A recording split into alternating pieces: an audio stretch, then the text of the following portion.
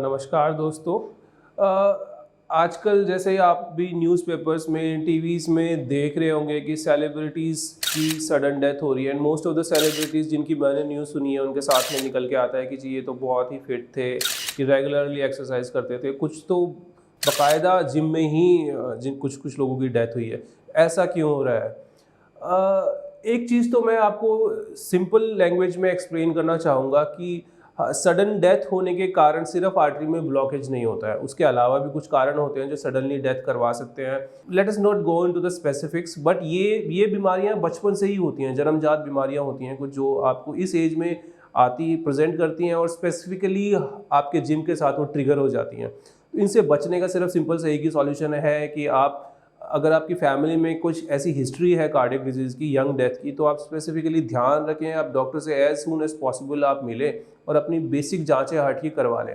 अब आते हैं हार्ट की ब्लॉकेजेस पे, जो ऐसा नहीं है कि मतलब ये तो सिंपल मैथ है कि अब 2 घंटे एक्सरसाइज करो, दिन के बाकी 22-23 घंटे कुछ भी करो, ये तो इससे मैथ से ज़्यादा कुछ भी नहीं है। आप बाकी के 2 घंटे बहुत मेहनत करके एक्सरसाइज कर रहे हैं और बाकी के 22-23 घंटे आप अपने हिसाब से जी रहे हैं। आपको स्मोक करना है, आप स्मोक कर रहे हैं, आप अपने हिसाब से डाइट ले रहे हैं। अब सारे दिन डेस्क जॉब पे बैठे हैं आप टेबल चेयर लेके और उसमें कुछ भी एक्टिविटीज़ नहीं हो रही है। प्लस आपके पास फाइनेंशियल बच्चों का बर्डन है, उसका भी आप स्ट्रेस का बैगेज कैरी किया हुआ है आपने। तो these factors are also important, मतलब more important than the 2 hours you are having in the gym. ये उससे ज़्यादा इंपॉर्टेंट है। इन चीज़ों पे ध्यान देना मुझे लगता है कि इक्वलेंट बराबर ज़रूरी है, उतना ही ध्यान इन चीज़ों पे भी दें।